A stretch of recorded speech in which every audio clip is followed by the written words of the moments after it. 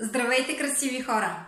Надявам се да ви намирам добро разположение на духа и в настроение да се грижите за себе си. Днес ще ви разкажа за една билка, която съм убедена, че много добре познавате, но подценявате нейните ползи.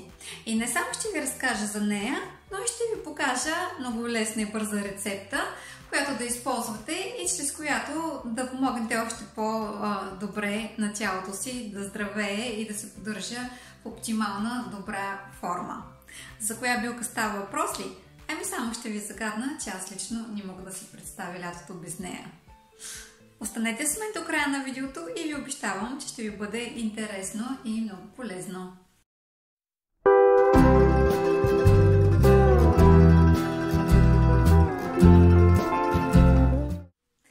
Днес искам да ви разкажа за босилека. Знам, че сега като чухте босилек, веднага ви замириса на неговия специфичен аромат. Не може да го сбъркате, нали? Аз не мога да си представя лятото без домати, моцарела и босилек. Босилека е била много добре позната билка още от древността и всъщност тя е една от най-широко разпространените билки в Средиземноморието. Нейното име идва от гръцката дума басилиус, което означава крал или цар. И аз разбирам защо древните хора са нарекли тази билка кралска или царска, т.е. билката на всички билки, ами заради многобройните си ползи, заради широко спектърното си приложение и заради нейните изключително лечебни свойства. Точно поради тази причина босилика се използва не само в кулинарията и козметиката, но и в народната медицина. Не е случайно, че тя е предпочитана билка, която се отглеждала в църквите и на други свещени места, защото се е използвала за различни свещени ритуали, включително и за освещаване на водата. Дори има доказателства, че точно тази билка е била използвана при мумифицирането в Древен Египет. Представете ли си? Хората знаят за нейните ползи от незапомнени времена. А ние в днешно време, които имаме толкова лесен достъп до нея, дори можем да се отглеждаме в градината или в балкона, да не го правим, защото подценяваме нейните ползи или защото до сега не сме знаели.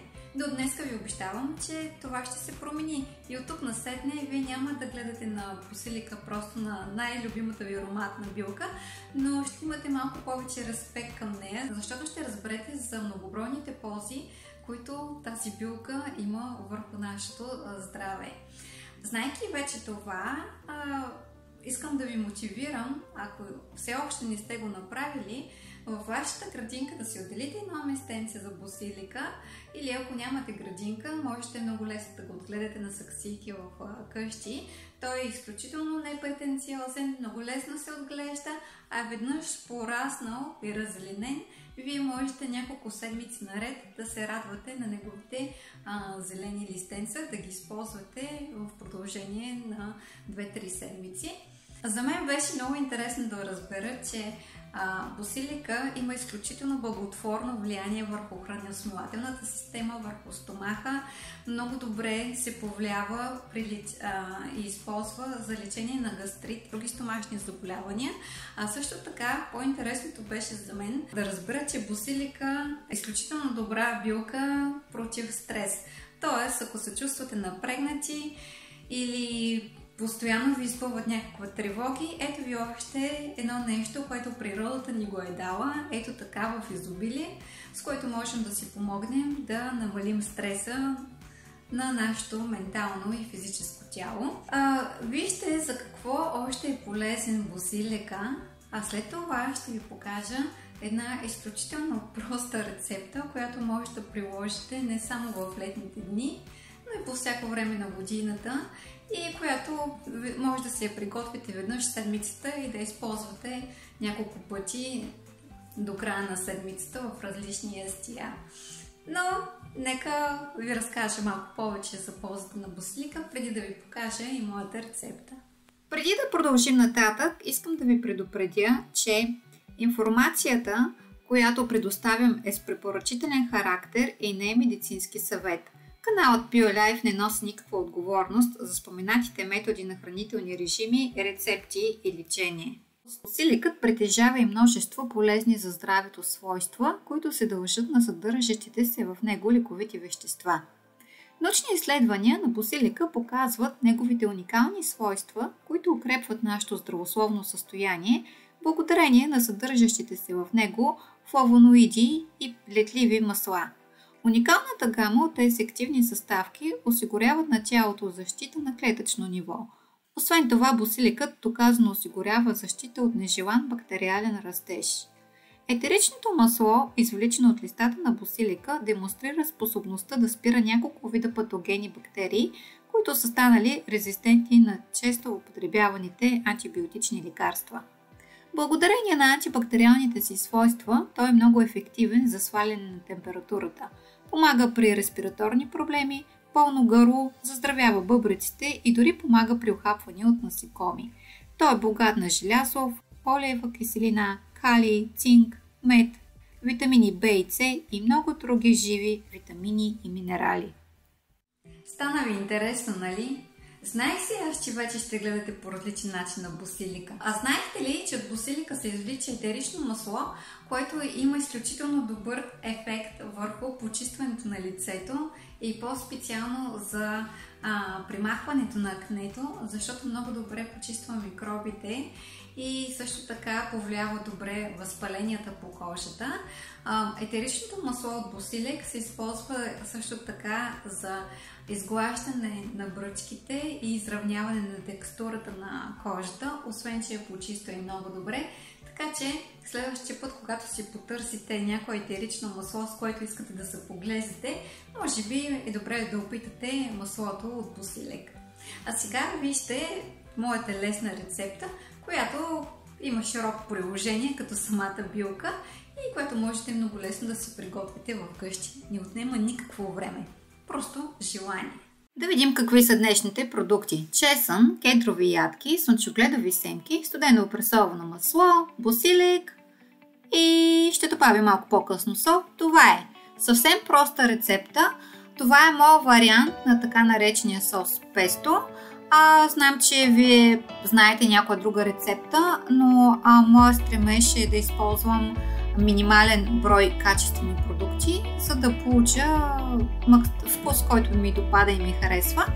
Соса песто по принцип може да го добавите към вашите спагети, салата или кълнове. Аз лично много ми харесва соса песто с кълнове от Елда. Ето това, което ще получите накрая като текстура. Прилича по-скоро на пюре. Може да го съхраните в хладилника до една седмица и да си го използвате всеки път, когато имате нужда да вкусите някой от любимите си живи храни. Да ви е вкусно! Това беше за днес от мен. Знаете, че не обичам да ви губя времето. Искам да съм максимално ясна, кратка, точна и да ви давам само полезна информация, която да можете да приложите в живота си, защото ако просто приемате някаква информация и не правите това, което сте научили, първо бягате от отговорност според мен, защото ако знаете нещо, което може да направите по по-добър начин и ако искате да се движите в живота напред, е редно да винаги да правите по-доброто, което знаете. И второ, ако вие непрекъснато се информирате, четете за различни диети, режими и така нататък, а не правите нищо от това, което сте научили и не го прилагате в живота си, той няма как да ви донесе или то няма как да ви донесе тези ползи, за които само слушате. Ако искате наистина да се убедите от ползите на босилика, може да опитате тази рецепта в дългосрочен план, сами ще видите по тялото си дали то наистина вашето здраве наистина се подобрява или дали наистина усещате този благ лечебен ефект от него.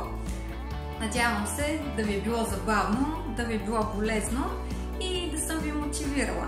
Още утре да отидете до някой магазин, да си купите семенца за босилик и да ги посадите в градинката си или в градината на баба или в балкона или на балкона в някоя саксийка.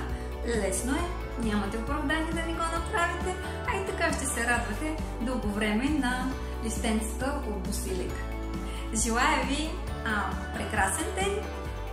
Обичайте се, грижете се за себе си, защото ви напомням, че всички ние имаме нужда от теб, но от твоята по-добра версия. А ти ставаш по-добрата си версия, когато се грижиш всеки ден по-добре за себе си, с малки крачки и с любов. Обичам ви!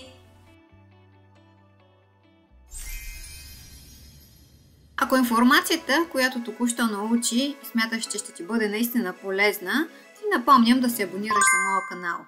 Така винаги ще знаеш за най-новите ми видеа и ще бъдеш винаги актуален в грижата за себе си.